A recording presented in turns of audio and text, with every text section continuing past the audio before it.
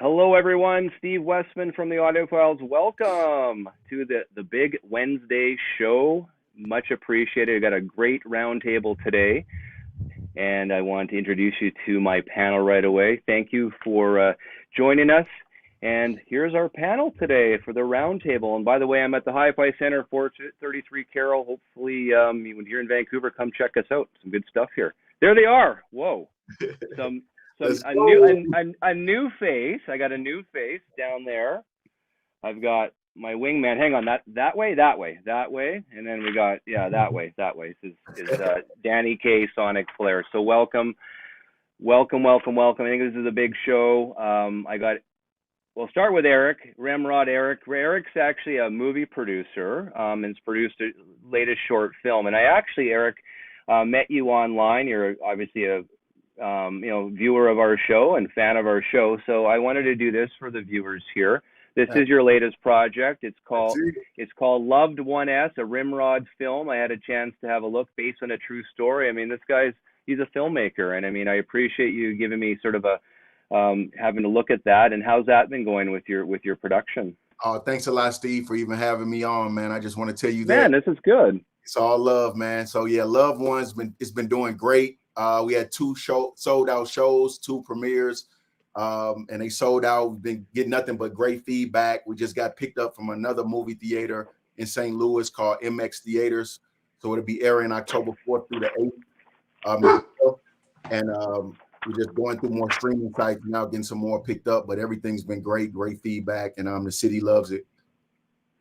So I guess we can say we might be in the midst of the next Martin Scorsese or Spielberg, or is that where we're at? What do you think? Spike Lee. You're a fan of Spike? Yeah. We'll mix of everybody, man. So on this show, Eric, I mean, obviously we're Audiophile show, and you and I have been chatting a lot. We've texted back and forth. You can see behind you got a collection. So yeah, we're really excited to chat with you today. New to the show, new to probably the vinyl community, I guess, as well. Yeah, so this is my first time. Oh man. Well, I'm honored to have you on. This is great. So I guess we have Danny K. I was going to introduce you. I was going to use a swear word. I mean, swinging K with Danny fucking K. I mean, swing and sway with Danny fucking K. That's what we're doing today. And we always, so there you go. Welcome, Danny Sonic Flair is his YouTube channel. Thanks for joining us today. Always fun. We have a fun one today as well. And then, of course, we got Nathan Wingman Goss. He's our new vinyl venter, of course. He's got a lot to say today about different audiophile pressings and obviously what's going on with the premium box sets. I mean, he's never short of his opinions on the different channels and the different groups that are out there. That's for sure. So no, I appreciate the time today, gentlemen. Thank you so much. So we start with news. We know Rhino High Fidelity has come up with their High Fidelity label, and they've just released the Van Morrison, and I know the packaging was really poor. I got this picture here from one of my viewers, and apparently the packaging was stellar, and they were very happy with the way Rhino packaged it this time around. Yeah, that's pretty nice.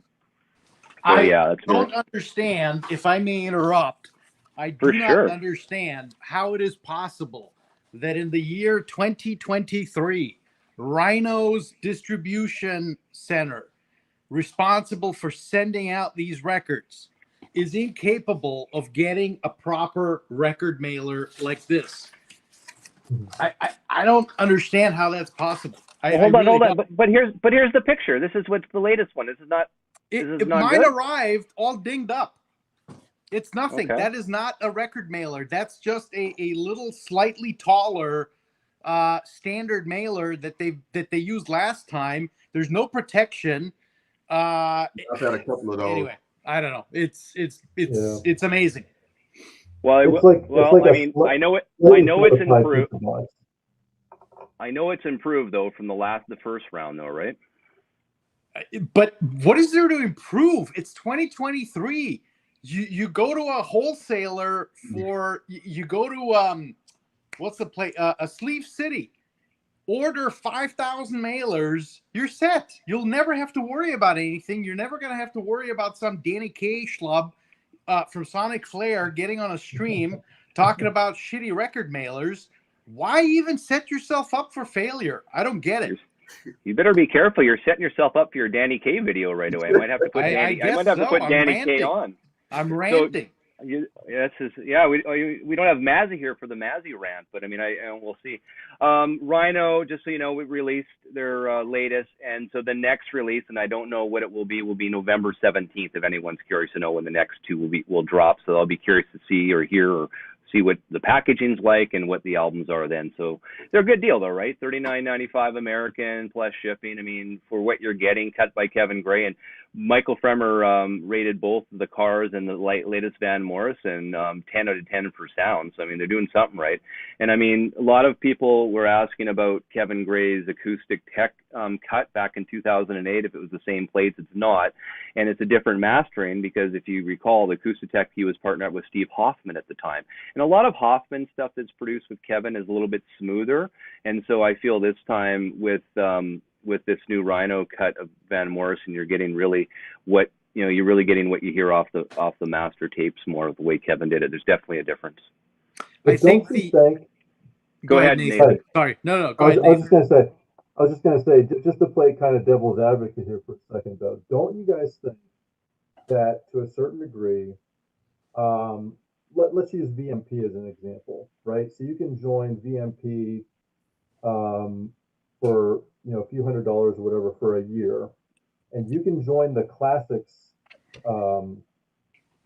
track and get one record every month that averages out between $27 and $33, depending on how many months I guess you do the subscription for.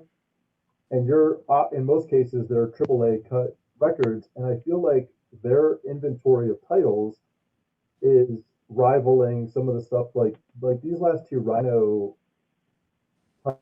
titles that they chose would be something that I could see like a VMP or something like that, and they're charging you, once you do shipping and everything else, you're looking at closer to like $50, right?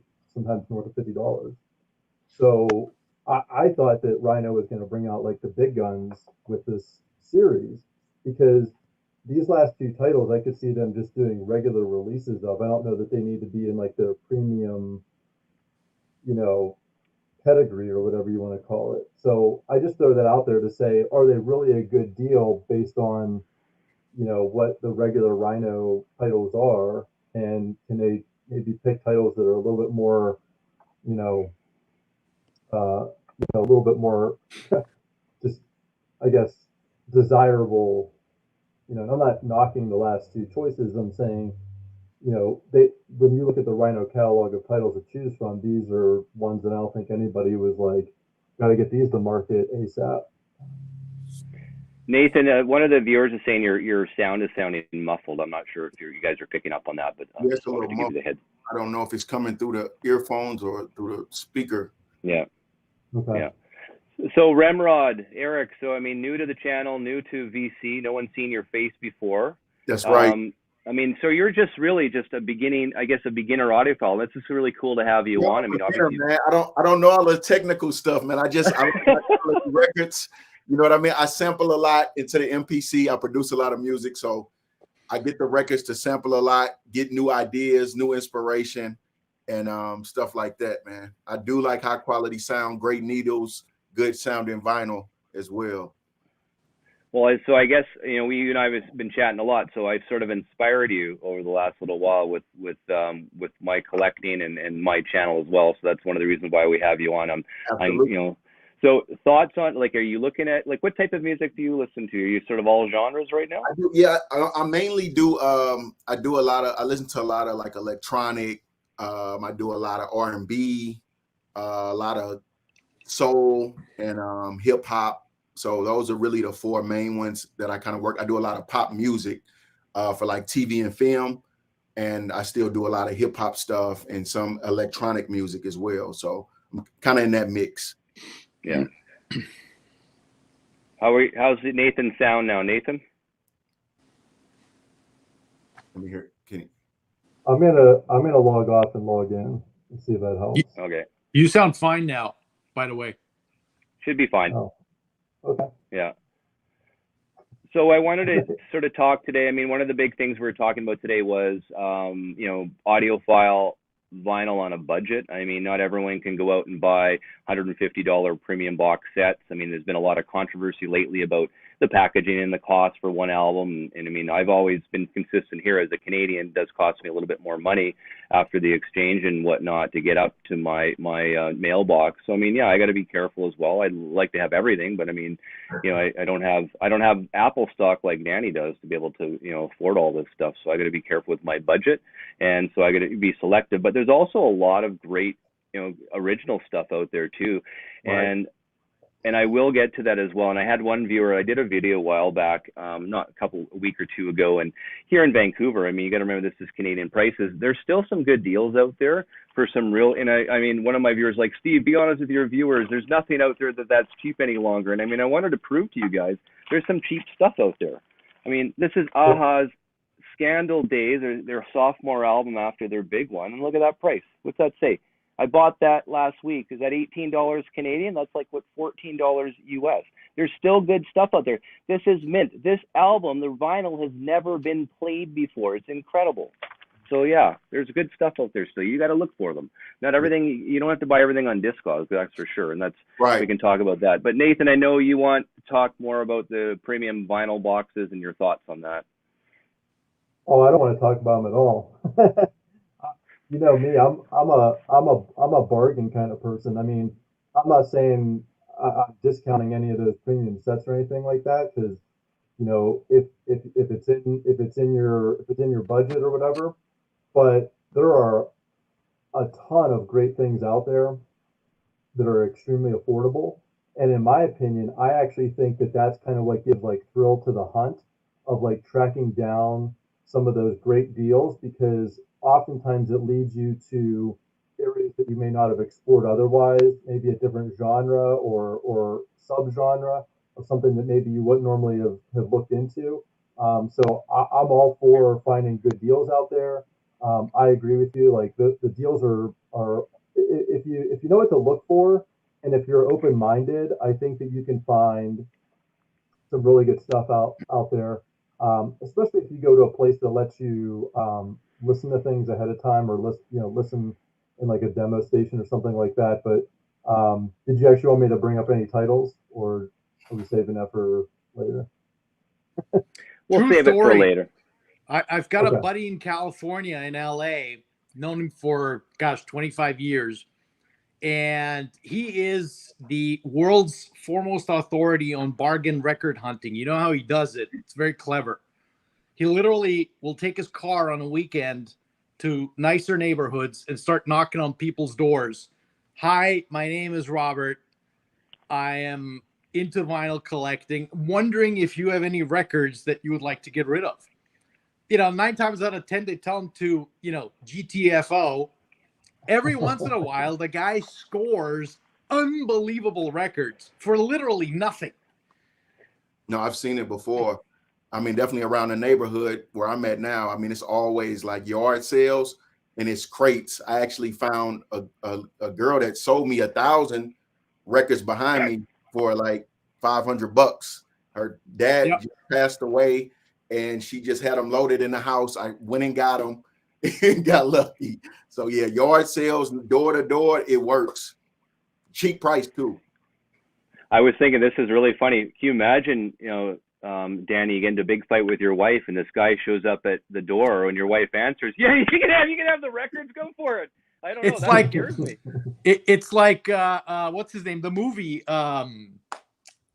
Gosh, when oh man, I can't believe I can't think of the. We got a movie guy here. What's your movie guy? The movie with the record store. Empire Records. Records? High Fidelity. Yes. Or High Fidelity. Okay. Yeah. When he shows up at what's her name's house, Ms. Clark Griswold, and Beverly D'Angelo. Yeah, and she gives him the record. She's just like, take that shit out. Yeah, a lot of people don't want it, man.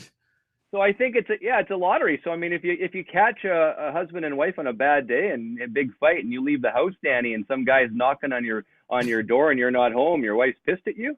you're gonna come home to no records. That's gonna be you're gonna be careful. Whoa.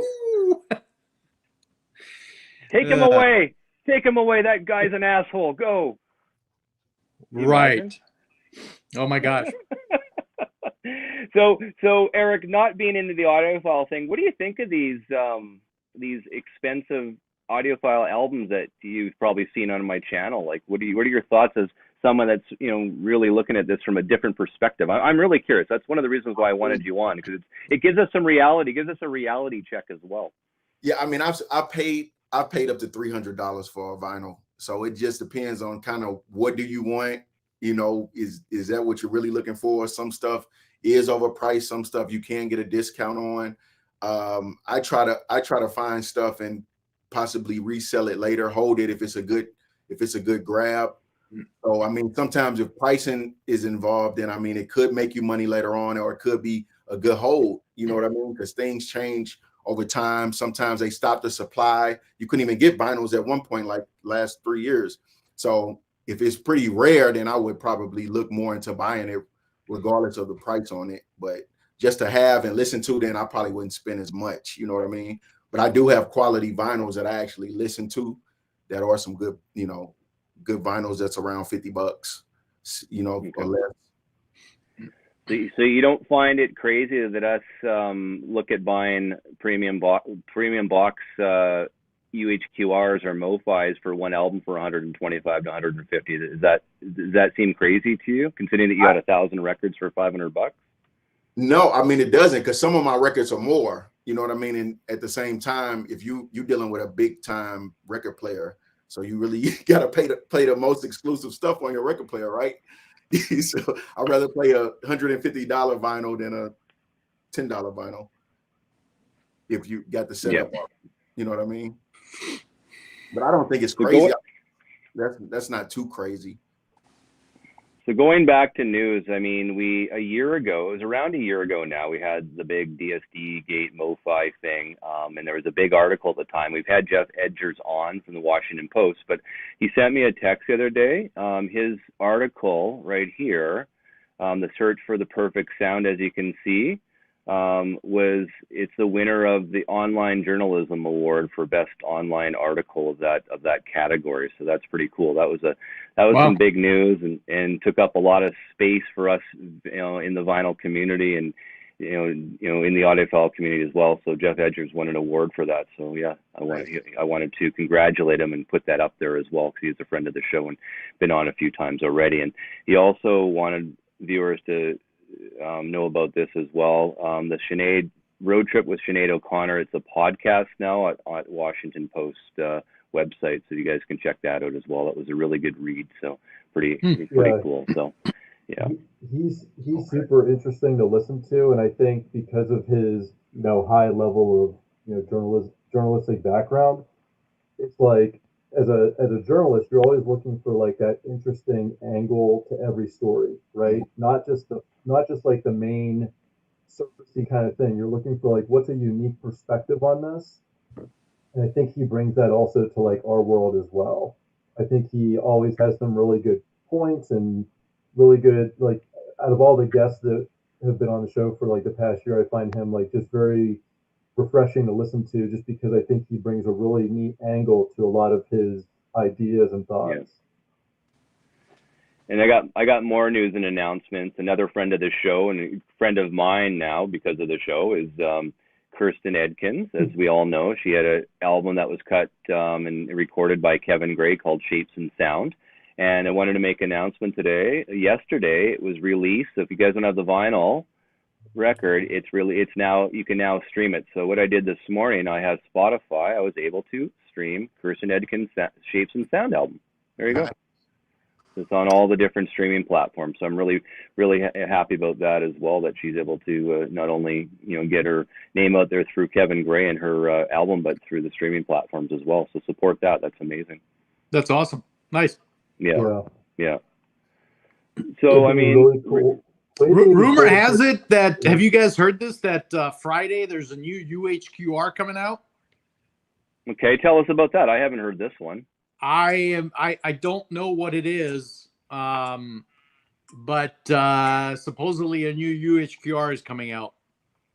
Well, if anyone's here watching this right now, put it in the comments. Let us know what you might think it is. And we were on a couple of weeks ago. We were thinking maybe it's Rush, maybe it's Queen or something like that. Because I showed that picture to the viewers of Chad's graphics design department, and it showed there's a Queen graphic, and they're working on I think they're working on a Queen thing, and there was a graphic of Rush as well. But that's all speculation. I don't know. I didn't hear that. That's interesting. I think it's a doozy of a title that's coming. I'm hoping it's one Ice of Steven Castles. Seagal's blues albums. Maybe it's Steven Which Seagal's one, blues album. I don't want. Do you guys want another jazz album though for UHQR? We just got the John Coltrane. I don't think it'll be a jazz. It'll definitely probably be a rock album. It's going to be a doozy of an album. A doozy of an album. I don't know what it is, but it's whatever. I don't really care anymore, honestly. I'm so past this whole UHQR, one step, this, that, the other, all that nonsense. I don't know, man. It's just, I'm so over it. I think it's like the Marvel movies. The first 3 were phenomenal, and it's like, wow, holy cow, what an experience. And now it's like, dude, who gives a shit? And I mean, anyway, whatever. I mean, yeah, I mean, like I said, it'd have to be something. I mean, if it's Rush, probably for me. It's not going to be Rush. Queen, I won't buy Queen UHQR. I'm not a big Queen fan. Someone even said, I think it was Vinyl Archivist, someone just said the Queen tapes might not be in that great of shape, but who knows? And no, it won't be Black Sabbath. I mean, we know Rhino would do Black Sabbath before anyone. So I didn't know. I didn't hear that. It was the big announcement. You're saying this Friday, the UHQR announcement? That's from your inside information, huh? That's awesome. So how long does it take for it to drop after the announcement? Is it like a month or 2? Good question. I mean, typically when it's, well, I don't know. What's it been lately? I mean, the Love Supreme came out and you were able to pre-order it right away, right? Yeah. Yeah. I mean, Chad's busy, right? He's got Asia coming out October 29th. It's what, 40,000 he's pressing to that. So I mean, it's a lot going on right now. So yeah, I didn't know that. I'm really curious now. Now that's got me thinking. Nathan, any guesses? Asia. Well, we know Asia's coming out. Yeah.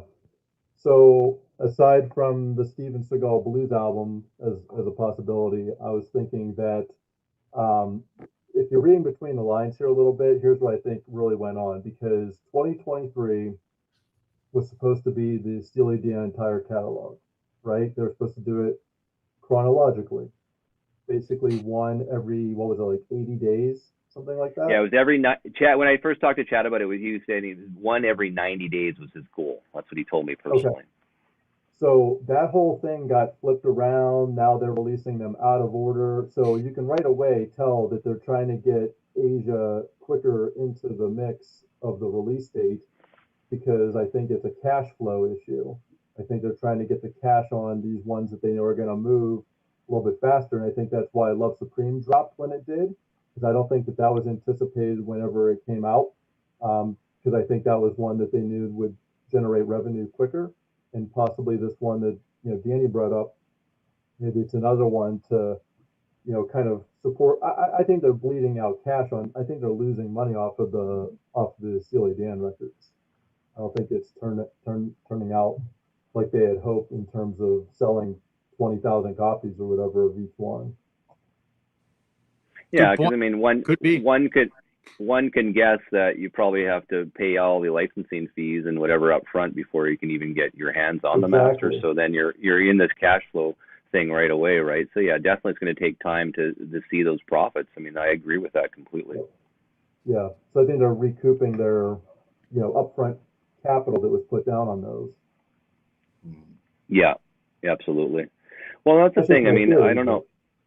I mean, we're getting back. I mean, the vinyl, we had a resurgence. And I should ask you, Eric, like, how long have you been collecting records as an avid record collector? Is it been your whole life? Like, where are you at personally? Yeah, because I started with the MPC 2000 and the 2000 XL. So we're talking probably like 2004, 2003 when I first started collecting. And I kind of came back to it with a new direction. So sometimes, I just go dig to find stuff to sample, and sometimes I just go buy stuff to hold. You know, I have a few that it's hard to find right now, and if you're selling them now, it's $300, $500 online. So it's kind of one of those things too in a mix where I'm getting old stuff. I still want to hear some of the old stuff, then I still want to hold some of the new stuff and see what's out there. But it's which Taylor Swift album you looking for? I had the which one did I have? I just sold one of them. I had one of them, but I did have some in my. At least you admit it. That's cool. It's some good It's good samples. I'm gonna be honest with you, man. So okay, you can find some good drums on a lot of that stuff. You know, percussions, instruments, even box. A lot of the box are pretty good to sample and retune everything and reshape everything. Well, I can't. I mean, we can't say much about Taylor. I mean, she's she's a big part of the resurgence of vinyl industry for younger people as well. And that's a good segue. I have this little chart here, guys. Hopefully everyone can see it. I'll put it up. So this is U.S. recorded music revenues by format from the 70s all the way to, I guess, 2022. So 1973, the year I was born, to 2022. And as you can see, as we go back to 73, I mean, it's clearly all LPs, small amount of cassettes, right? And then we sort of get into the mid 80s, 85, 86, that orange is all CDs. And you look at it from like 86, it's hard for me to see, but there's like, the LP is pretty much disappeared. There's no blue at all. It's all orange there for a number of years. True. And then all of a sudden we see the green, right, which is the streaming. And then now we're seeing the last couple of years sort of more of a resurgence of vinyl. As you can see the top of that bar chart where it's blue, which represents the LP. So I mean, it still represents LPs represent a small portion, probably 10% of the overall industry. I mean, streaming's huge, as you can see there. So yeah, I found that really interesting. So will it continue? It all depends. I think, like we've talked about before, it's a demographic thing. I want to see more younger people get involved with vinyl, and that's getting back to some of the titles that some of these audiophile companies are releasing, the John Coltrane's. And, I had a viewer that's saying, well, a lot of, John Coltrane's not a bad thing. Some of the younger people might get into that. But I think they want to see fresher titles. I mean, heaven forbid Taylor Swift, but stuff like that they can relate to more, right? Just like the demographic that's buying these audiophile titles are relating to it because they grew up with it and stuff that they've known. So again, there's going to have to be a shift.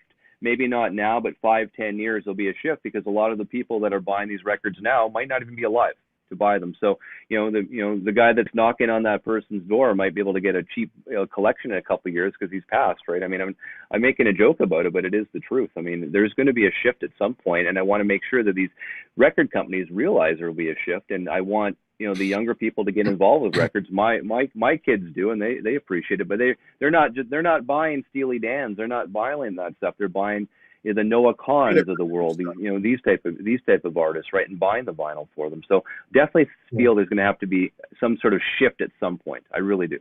I think it's coming around though, definitely. I mean, if you go to the record stores, like I'm always at the record store, so you see the audience that's in the record stores.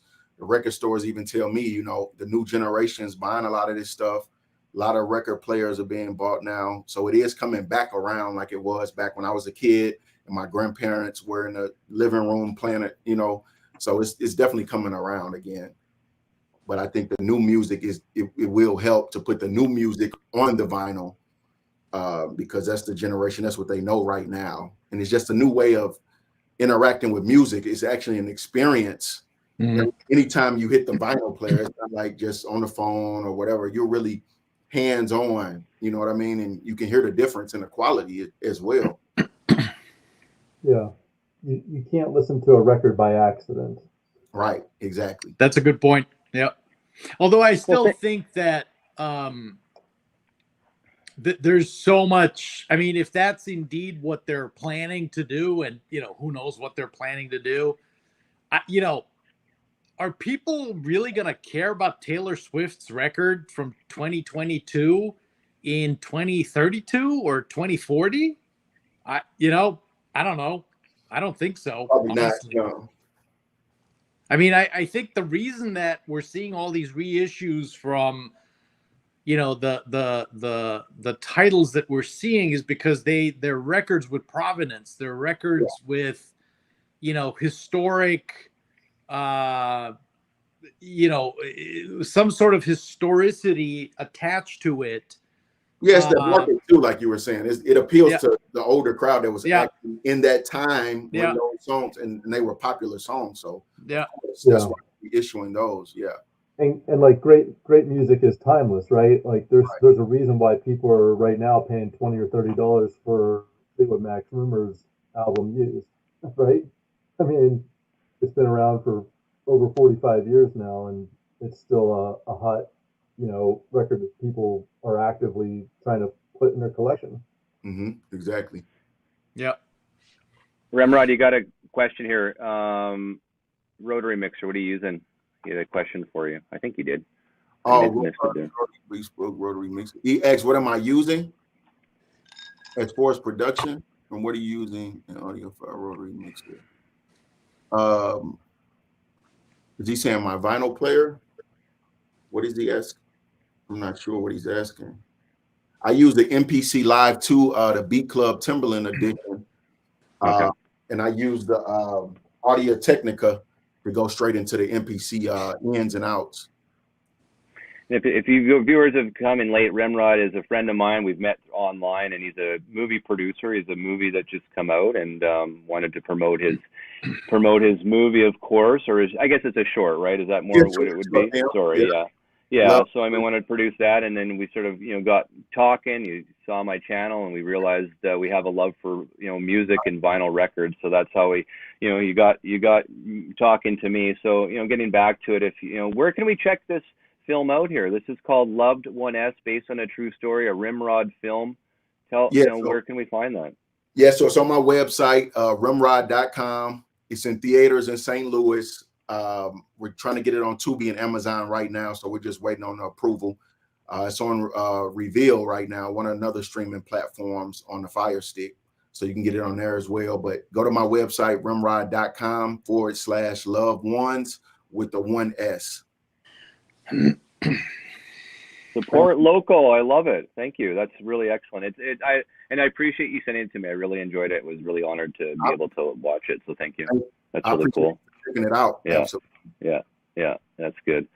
You got some fans here, Remrod. So I don't know. Maybe did you pay your mom to go online and make all these nice little comments? The buck stops here. I think it's Mrs. Remrod.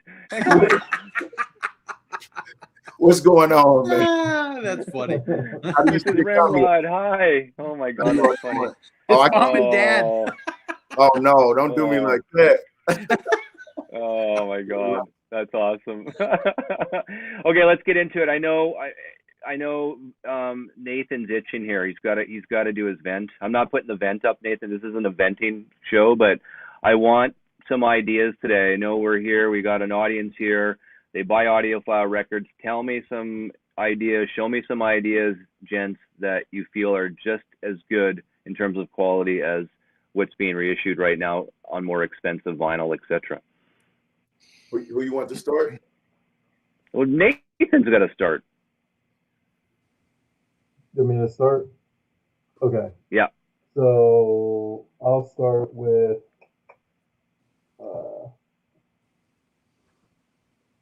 Ouroboros. I'll make it. Ray LaMontagne. Okay. Yeah. So this is, I believe this was cut by Chris Bellman and Preston Palace. This goes for, I want to say between 20 and 25 US or so dollars. Yeah. So, and this is like the perfect album if you really like. I know there's a lot of like Dark Side of the Moon fans out there. Not that this sounds identical to that in any way, but it's got kind of a similar vibe to it. So, what genre is that? I would consider this, I guess, more of an alternative vocal rock kind of thing. Okay. Yeah. Guitar, vocal rock, yeah. I think that, Nathan, I actually think that only the first press of that was pressed at Palace. I think the subsequent stuff was not pressed at Palace. I remember reading something about that when it came out. That's Ray LaMontagne is fantastic. Highly recommend all of his records, actually, but that's a really, really good one. Yeah, I think this was what, 2016 or so. So you're saying the initial batch was Palace only? I think so. Yeah, it's like the same thing that was with Beck. What was that record from Beck came out? Odelay? Odelay. No, not Odelay.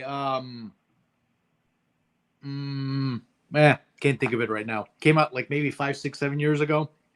Same thing. It was the first one was pressed at Palace, and then everything else was not.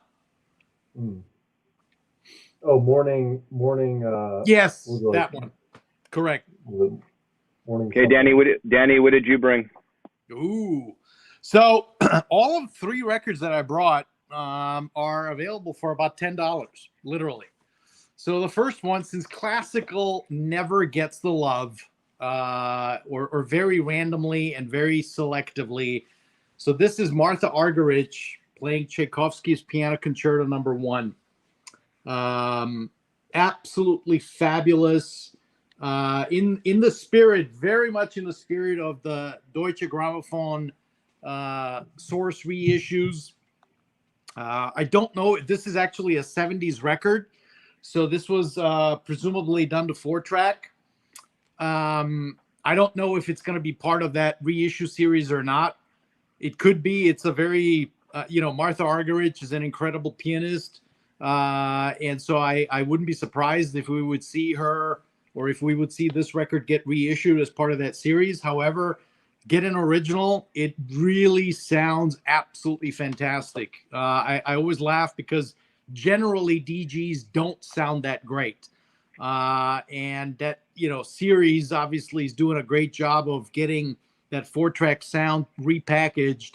But this is a fantastic record. Argerich, her piano is just amazing. The next one up is Paris, Texas, Rycooter.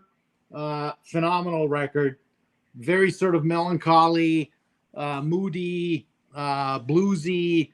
It's got some synth on it. His guitar, obviously, fantastic soundtrack. Get it. And then last but not least, of course, my all-time favorite, Boris Blank and Dieter Meyer, aka known as Yellow. And of course, this one is 1 second. You can get this for $5-10, literally. The standout track here is with Shirley Bassey. Absolutely fantastic. And of course, the sound on all of these Yellow records is really, really good. So there you go. Love it. Okay, Ramrod, your time to shine, my friend. What did you bring us?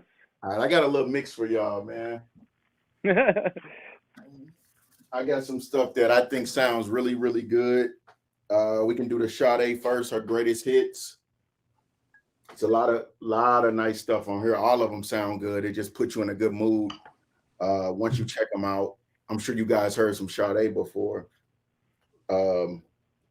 Really front to back. You can listen to the whole album just to put you in a, kind of, some of the songs feel like you're on a beach. So then I'll go to what'd you say? Well, Danny's always been a smooth operator, so he really can really empathize with that album. That's for sure. Yeah. Yeah. When she tours, the birth rates go up 9 months after she left town. Yeah, I know. It's crazy. She's supposed to have a new album coming out, because remember that box set that came out a couple of years ago has a spot for it. Then I got some Janae Aiko, Chilumbo. This is a 4-disc. This is a 4-disc album, picture album as well, and it sounds really good. Some R&B, Cali vibes, R&B. She really has a unique voice.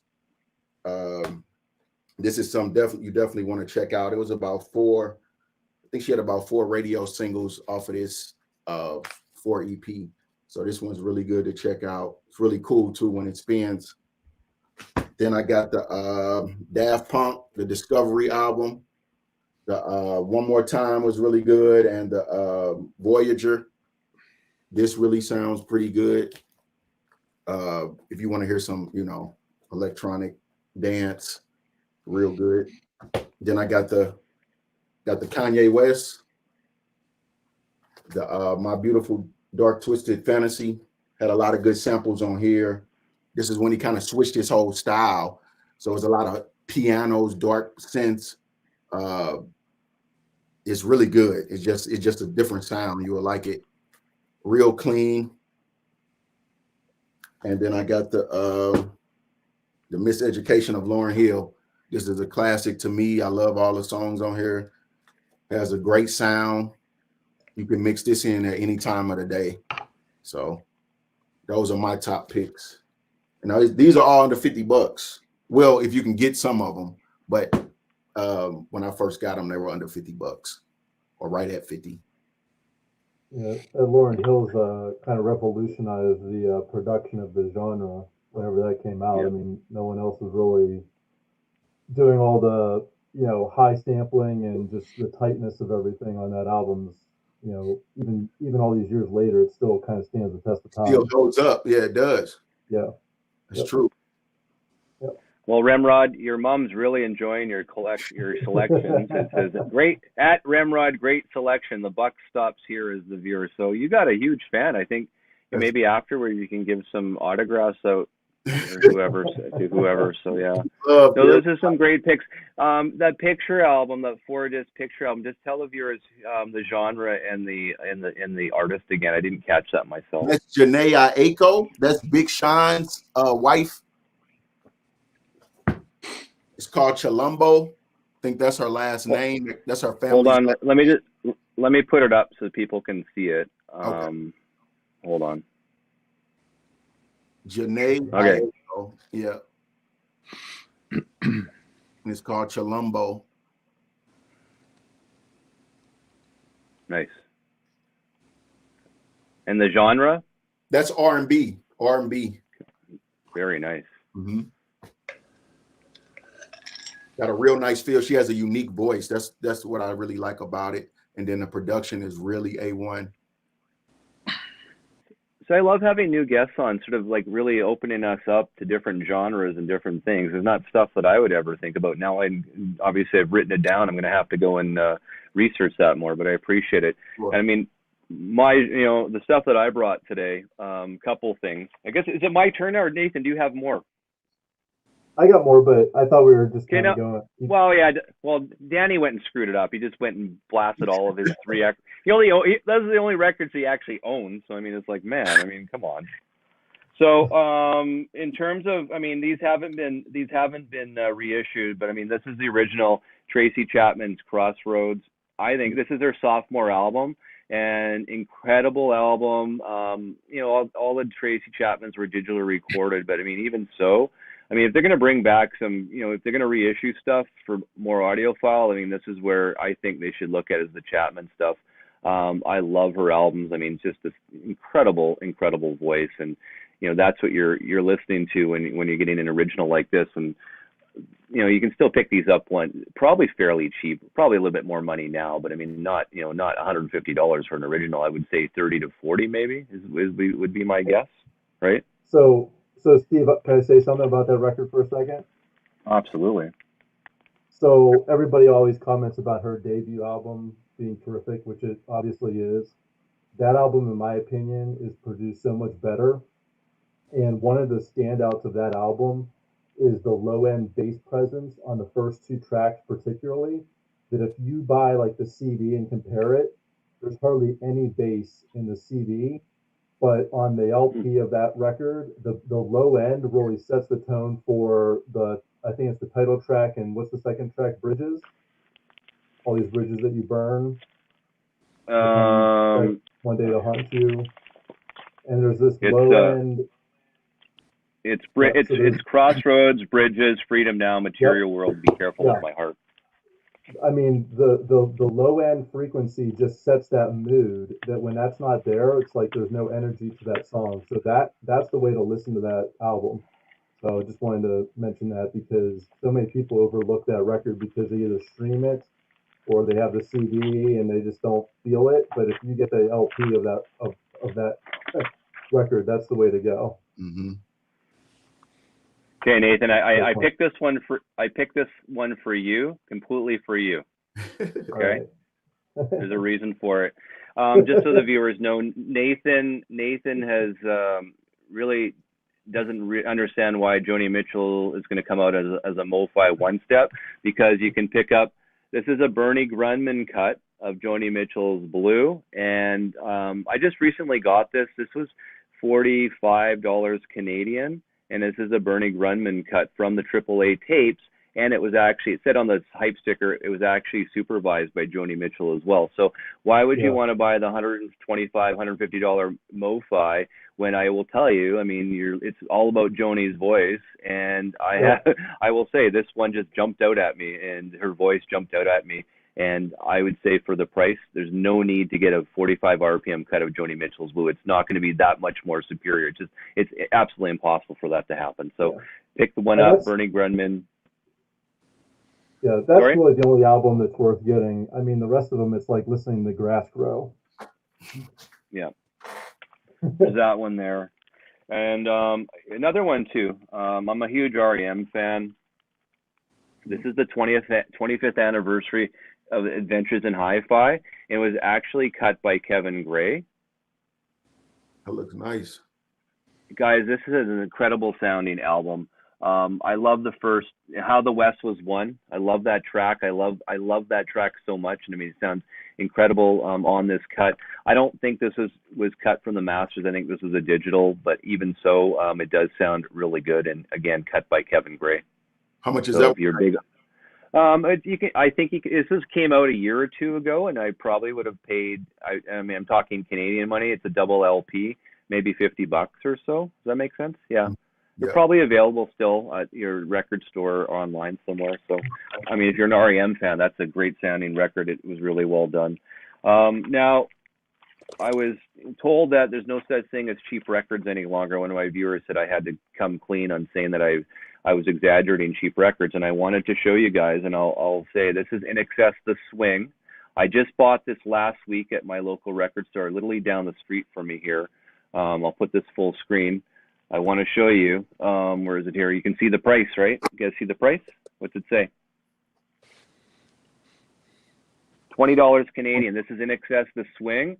And both in this album and the Aha album that I got for $18. Okay, I'll put it up as well. I don't think the vinyl's been played on both of these. So great deals still around. You got to be patient. I go into my record store pretty much every morning. So especially on the Monday mornings, he has stuff that people bring in on the weekends, and I go to the bins right away and grab them. So In Excess Swing, what was this? 1984. This is one album before, 2 albums before Kick. They had Listen to Thieves between that one. And the big song was, which one was it? Sorry, The Swing. Original Sin was the big song. Danny, you're sideways now, Danny. What happened to you? You got off the rails, Danny. It's my new outfit. Wait a minute. What? You're all sideways. Do you see that? Went vertical. There we go. There you go. So the swing was between Kick and Listen to Thieves. The song Original Sin actually was their big track, and vocal I guess backing vocals was by Daryl Hall from Hall & Oates. Little fun fact there. Well, nice album. And then the big album from Aha, and I'll show it to you guys. It was Take On Me, right? It was the big album. And I wanted to show you something, and you guys will go to YouTube after. This is their sophomore album that came out. What year was this? I think it was 86. This one came out. Their debut album had the song Take On Me. You guys all know that song had big airplay. Mm-hmm. So the other day I was on YouTube, and then about 5 years ago, and the Aha, if anyone doesn't know, is the largest, they're I guess the biggest, most successful band from Norway. Okay, they're a Norwegian band. So I'll put this up here. So there's a YouTube of this song, the unplugged version that you can listen to, and it's gotten something like 96 million views or whatever, and it was done 5 years ago. It's absolutely slowed down version of Take On Me. And incredible. For the crowd, some of the people in the crowd are emotional during the song, and you can see them weeping and tears in their eyes. Wow. So if you're gonna watch, this is it's way better than the album version. But yeah, Take on Me by a-ha, done 5 years ago. So this, I was really amazed by it. I think it's actually gone viral again after 5 years. A lot of people are watching this clip again. So yeah, incredible. And then the last but not least, I've got I like my 80s stuff, right? So this is a band called the Escape Club. You guys might have heard about the Escape Club. You remember these guys? Absolutely. This was actually mastered by the late George Marino. And it sounds incredible. Every song sounds great on this album.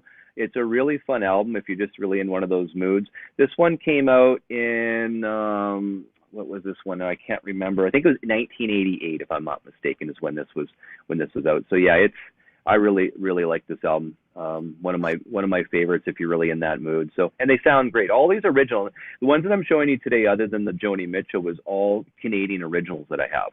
And the Canadian originals, the tapes are fresh. They might have used the plates from the States, but they sound great. They're at 120 vinyl. And like I said, you saw the price tags on these things. You can still pick them up for a really good deal.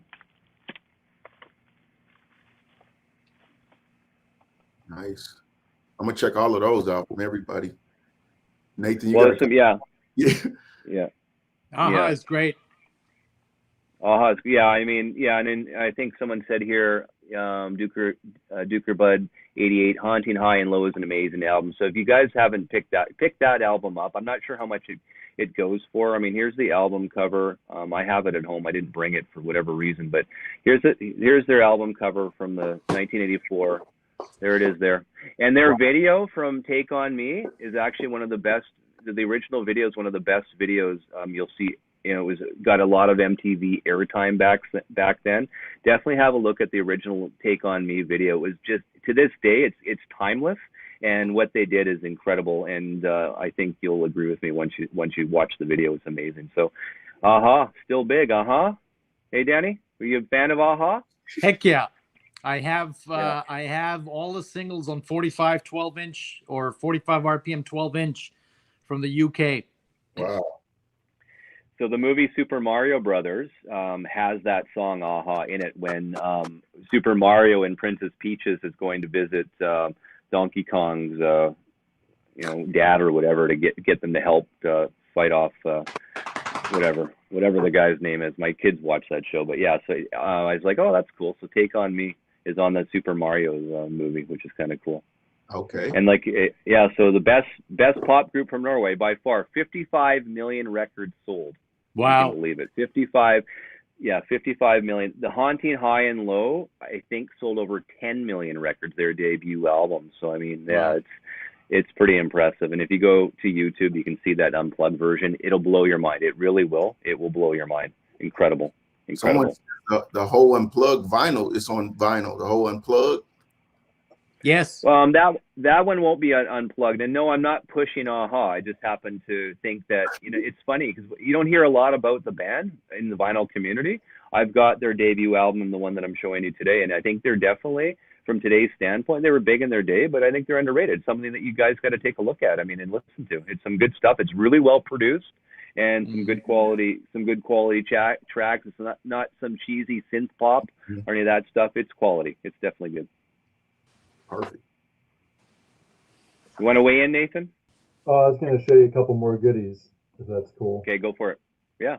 All right. So this Grant Green is a must-have. The Feeling Spirit. So the glare is not quite so bad, but like that. Hang on. See if we get you to the full screen here. So this is a must-have. This is a blues gospel take on African spirituals. This came out in 1962, I think it was. Grant Green had a very short life. He died, I think, before the age of 40. Wow. But from a bargain standpoint, I think this goes anywhere between like 28 and 38 US dollars. But if you don't want to fork over that money, you can find Grant Green also on this amazing one, Beach Brother. This is the Blue Note reissue that Kevin Gray cuts. Or you can find him on the Reuben Wilson Love Bug. I'll get that up there. This is that actually all instrumental, or is it some vocals in there? Most of these are just only instrumental. Instrumental, okay, perfect. But some of these do. Lee Morgan's also on this particular one, so Lee Morgan is a must-have in my opinion. Green is also on this George Braith extension, and he is also on this Big John Patton "Oh Baby." So these Blue Note reissues, you can find them oftentimes on sale for anywhere between $10 and $15. Look like some good stuff. They are fantastic. They sound great. Our boy Kevin Gray doesn't really ever mess up too often. But then I also wanted to mention this Art Blakey. So one of my favorite drummers ever, and this is one of my favorite records of his, is the Art Blakey. This is Buhana's Delight. So there is some really great drumming, percussive, just phenomenal stuff in this record. And this can usually be found pretty cheap. A lot of people go after the more common Art Blakey titles, but this one's my favorite. I just think it's exceptional. And then Steve, to kind of segue after your Tracy Chapman. So to me, one of the indicators of a great record is one that you can listen to many years later and it doesn't sound dated. It still sounds fresh as the day that it came out. And one that just blows me away every time I listen to it is the Joan Armatrading self-titled album. I mean, anybody that's listening to Tracy Chapman has to have this in their collection. I mean, every track on here just sounds like it was made the other day. Like it doesn't feel like it's from the 70s. It just has a just phenomenal. And this one, I think Kevin Gray also cut this too, if I'm not mistaken. But this is the Intervention reissue, and I think this goes for about 30, something like that. But this is excellent. So you're talking about like how to start a collection on a budget. All of these, like you could literally buy what I just showed you for less than one single UHQR. So. And their quality as well. I mean, they just rank up there in terms of the sound quality too. For a quarter, for a quarter of the price each or less than that. It's amazing. Yeah. So. Yeah. Well, those are some great picks. So I think we did really well today, gentlemen. This has been a fun one. I got some good picks. I'm going to be spending some more money. I think that's the thing. I get a lot of viewers get mad at me because I guess their bank accounts go down because they watch these streams. It's like, oh my God, I have to have this, I have to have that. But I don't know. The days of FOMO are gone. COVID is behind us, and so I think you can be a little bit smarter about what we choose, and maybe stream the music first before you decide to get it on vinyl, right? Really be smart about things as well. That's for sure. So, any final thoughts? I think we'll leave it at that. Danny, what are you doing out there? Is that Danny? That's Nina talking. She loves to talk. She loves to talk. She's not part of the conversation. Yeah. The only thing I was going to say, Steve, is you can honestly put together a shopping cart with a bunch of titles, and it doesn't mean you have to get them right away. You can wait for things to go on sale, keep an eye out for them. I mean, that's what I do with all the Blue Note reissues because, like I said, there's often like these like flash sales or whatever where they're going for $10, $15. They're normally 25. So even at 25, they're still a great deal. But you know, a lot of the things that we brought up, you can put them in your shopping cart and just keep an eye on things and wait for them to, you know, become a better deal. Well, that's the thing. Acoustic Sounds had that big blowout, right? They were blowing out some Tone Poet titles. I saw $14, $15 each. I mean, wow. I'm not sure. I haven't looked lately. They might still have some, but yeah, there's some great deals out there if you're patient about it as well. That's for sure. Yep.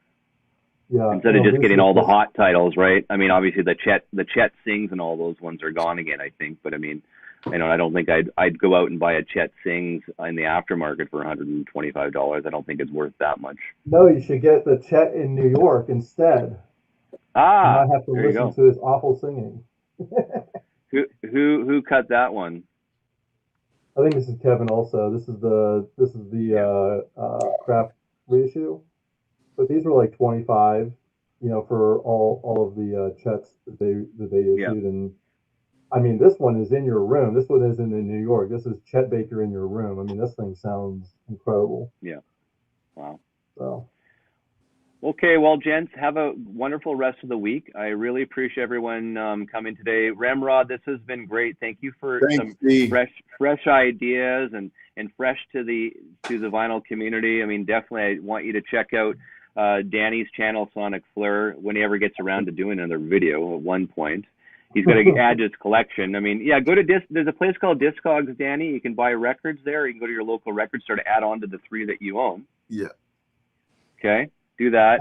And then Nathan's he writes for a lot of the different Mobile Fidelity and Analog Productions Facebook groups as well. He does a lot of great reviews on some of the records there, so check his stuff out as well. Gentlemen, this has been a real pleasure today. This was a real fun one and a little bit, I think, different in a way. I learned a lot today. I got some good titles, so I'll be spending some more money. I appreciate it. Well, we'll see you again, guys. Thanks, Steve. Later.